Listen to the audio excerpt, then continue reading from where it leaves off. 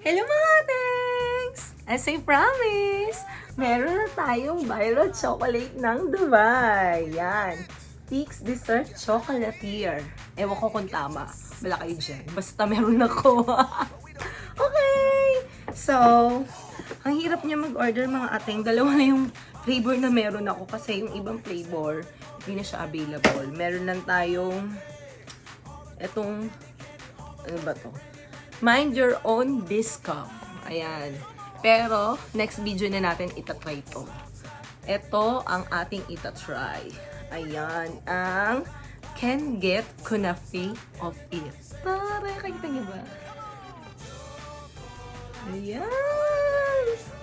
So, excited na ba kayo? Buksan na natin. Ang napakamahal at trending na chocolate dito sa Dubai.